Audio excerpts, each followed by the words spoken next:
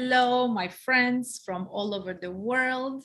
This is Anna Bruno with my beautiful friend Asia Lee. I'm so excited. We have the most amazing guest here today, and we're going to talk about life.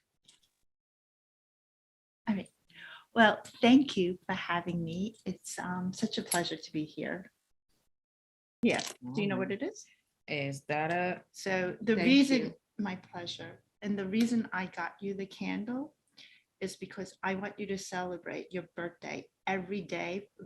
This is a really good technique to rewire our brains because Oh. we think things in a conscious way and we want to do certain thing in a certain way, but we wired to worry, we're wired to.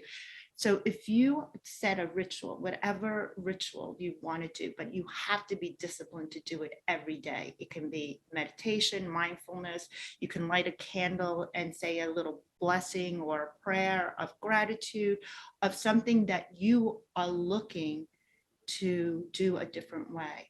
So say you have a trauma or something that bothers you. It could even be aging, how we look or whatever. But when you light the candle, look for something that you are truly grateful for. And if you do that every day, literally you are rewiring your brain. This is science.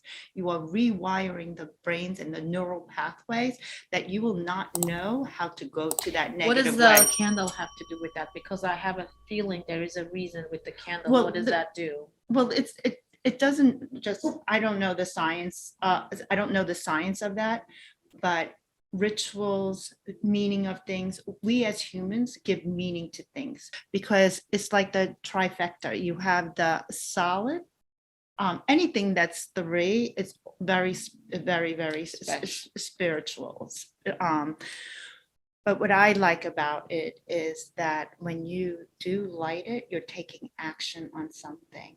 You're taking a direction. You're moving forward to the way you want to be and the way you want to go. And what I love about the candle is that it's the light. You are the light. Like you could walk into a room, nothing you say, have, or do can fill the room, but your essence and who you are, your light can literally fill the room. So that's why I love the candle because it represents the light that we also have that can fill. Um, I think it's so Bring light. beautiful. I love it. I love it. And honestly, it's interesting you say that because truly, when I walk into a room, I do feel like I'm like a light that radiates. I don't know why and how. It's not like my mom, told me that I was, the most beautiful girl all my life. Nothing. And it's what really kills me. And it's like the biggest question of my life. How come I'm so confident now? Why am I so confident? And what I love about the fact that where I am right now, brain wise and emotionally, is that I love all my imperfections. Like I have all kinds of scars, I've had ski injuries, I had all kinds of stuff, life. You live through life, things happen. That comes with age and wisdom. And some people do not get that. And also it's good your mother didn't tell you you were so pretty. You know why? Pretty is superficial, and then you might feel like you have to look a certain standard to feel pretty. It's this total acceptance of ourselves that we are whole. With all our flaws, we are whole, and our mistakes are our mistakes. The mistakes are not us. That's the separation between mistakes and us. So if I do something really stupid and I think it's really stupid, I don't say, oh, I'm so stupid. You say, I did something stupid, and you learn from that stupidness or mistake or anything. It's that separation of what is and who you are, and to always know that you are whole and you are love. And there's a whole method besides just lighting the candles. It's you need to figure out what works for you.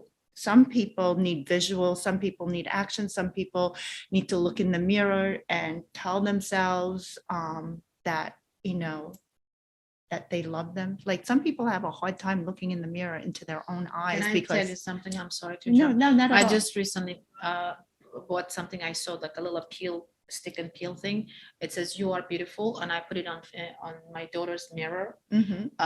And I keep telling her all the time. She's only 9, by the way, but she's a firecracker. And it was so funny because she was saying she's got long lashes, and she's like, I don't like my lashes. I'm like, are you crazy? Everybody would die for your lashes. And she's like, I don't like my lashes. And by the way, she doesn't like to comb her hair. But anyway, so I put this little sticky thing. It says, you are beautiful. And I tell her, you're beautiful inside first and foremost, and then outside. But it's up to you to feel beautiful. I just want her to know she's beautiful. Her soul is beautiful.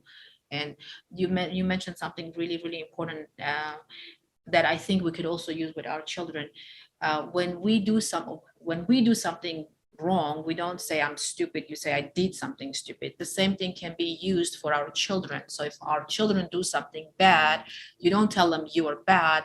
You just tell them you did something bad. If they do something mean to their sibling, that happens to me. Yeah. Well, it's Tell me. not that you did something bad, okay? Because for me, I don't want them to start judging what's good, what's bad, and judge other people start bad. It's like, this is not who you want to be. This is what did you learn from it? And also talking about her long lashes, we as parents want to rush in and rescue them and make them feel good. But we also, as parents, we want to validate their feelings. Like, oh, I understand, this is a difficult age where we don't like our body parts and stuff. But you know what? You're not alone. Almost everybody goes through this where we don't like something. And someday you may love your lashes. But I understand because, and then share what you've gone through and the things that you did not like about yourself. There's so many things I did not like about Oh my myself as an God. adolescent or turning, but now it's like, oh my God, they're my super strength and I love it. But I did not like myself It's then, so funny so you that said they can understand that they are not alone instead of us trying to rescue them and not validate their feelings. Actually, it's like I love you because I just recently by accident found some of my old albums of my pictures when I was 20, Mhm. and it just brought so many emotions back to me. And I felt like I just relived my life starting from 20 to now. And I was looking at some of these pictures, and I saw this one picture of me on the beach with the bathing suit on, one-piece bathing suit, but it's very natural, no makeup, nothing. My hair is like curly, like the like wind is into my hair. And I'm looking at it, I'm like, wow, I am so beautiful. And I remember that with that age, I didn't like myself. Exactly. I was always thinking, oh, my legs aren't thin enough, blah, blah, blah, blah, blah. And I was like, what a stupid girl I was, because I'm looking at those pictures. I'm like, holy cow, I was a hot girl. Like I was really good looking. And I was like, why couldn't I see that when I was in my 20s? I was like 22, 23 years old. And I was not happy with myself. I was not happy with my appearance. But the reality was I was a gorgeous, beautiful girl. Yes, because we're always in that chase, and that's why we are gorgeous right now. It's appreciating. Yes, we are. We are all gorgeous, right? All gorgeous. And that's so difficult to accept. We can say it consciously, but it comes from the inner wholeness of total acceptance. Because with everyone, look back on your photos and you'll be like, oh, what was I thinking back then? So why waste a single moment of thinking negatively? Just accept yourself, love yourself right now, this moment. But if you have those feelings, to acknowledge those feelings. And once you, instead of suppressing it, acknowledge where they're coming from. So it's like getting to the root of it. You look back and you say, oh, you are a hot girl and you are hot now. But I'm probably hotter now, to be honest. Because you know how to use that energy and your essence, and that confidence makes us even Makes hotter. a big difference. Yes. Honestly, if you think about it, then and now. And it's funny because I aged, but I haven't changed that much. Mhm. And I'll put the pictures up so you guys can see what I'm talking about, okay? But I haven't changed that much, other than what's hugely different is my confidence. Absolutely. And if there was a way that I could sell that confidence or instill it in my own children, boy or girl, doesn't matter. Boys need it just as much as the girls do. Yes. Mhm. I think if there was a way we could teach us and our children loving yourself first, and the confidence comes from loving yourself, accepting the fact that nobody is perfect and you will make mistakes. It's not an if, it's a when. And But it's- hopefully you'll learn from your mistakes. Well, the thing is, look for mistakes, celebrate your mistakes, because the mistakes are gifts.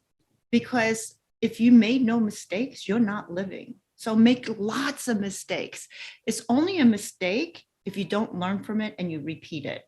Mistakes are growth opportunity. It helps us to move forward. Like I tell my kids, make lots of mistakes, like anytime you're trying to do something, you make mistakes. Computers, they're teaching computers how to play a game, right? They don't just start off learning right away. They make lots of mistakes, and then bam, when they get something right, it goes into their memory that they did something right. You need to know what direction. So the mistakes are really gifts, and everything is how we look at us at this. Because if you look at mistakes as gifts, then you're not so afraid of making mistakes, and you don't play small anymore. Because some people are so afraid of making mistakes, they don't live. Which brings up a very, very, very, very good point, because again, I've been like reliving my life. So it made me think, and I was looking at some of the major decisions that I made in my life, decisions where you are at the crossroads, and whether you choose one or the other, it's going to completely change your life and the trajectory of your life. And I was asking myself, did I do the right thing? And was that the right decision? And to this day, some of the decisions that I made, I still don't know if it was, obviously it is what it is, it's done, you can't go change it. But I guess my question to you is, how do you make the right decision? Like, you're at a crossroads, and I think it happens to all of us. You are choosing, I don't know, a life partner. You are choosing whether you're immigrating to another country, or you're choosing what college you're going to go to, whatever it may be.